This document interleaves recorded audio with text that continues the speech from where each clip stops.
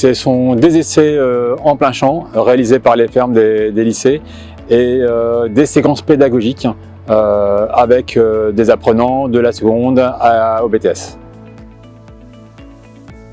Au niveau des lycées agricoles, les expérimentations sont mises en place par chaque ferme des lycées.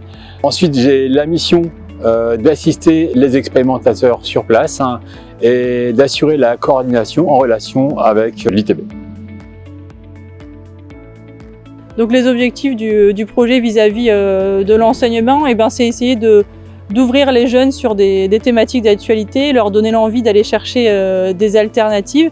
Et donc du coup, dans les enseignements, dans les cours donc pratiques et puis les cours en classe, l'idée c'est de les amener à s'ouvrir sur une nouvelle thématique et qu'ils puissent avoir entre guillemets une boîte à outils pour trouver des alternatives à une problématique particulière.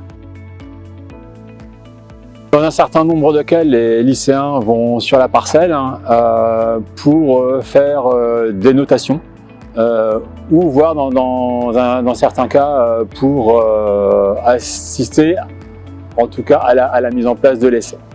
Et en amont, pour certains, on réfléchit au protocole à partir du protocole proposé par l'ITB.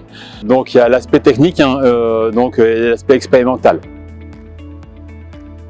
On a choisi donc avec le chargé de mission de l'exploitation de les unir avec un chercheur de l'université Picardie-Jules Verne et ils ont travaillé sur tout ce qui était les insectes et notamment les auxiliaires.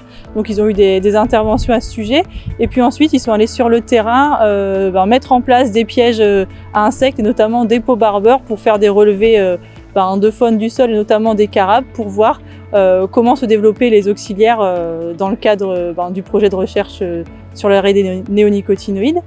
Voilà, on essaye de montrer des alternatives aux étudiants et donc comme il y a le projet PNRI en place et que l'exploitation est impliquée, on arrive à impliquer les étudiants dans un projet concret et de terrain.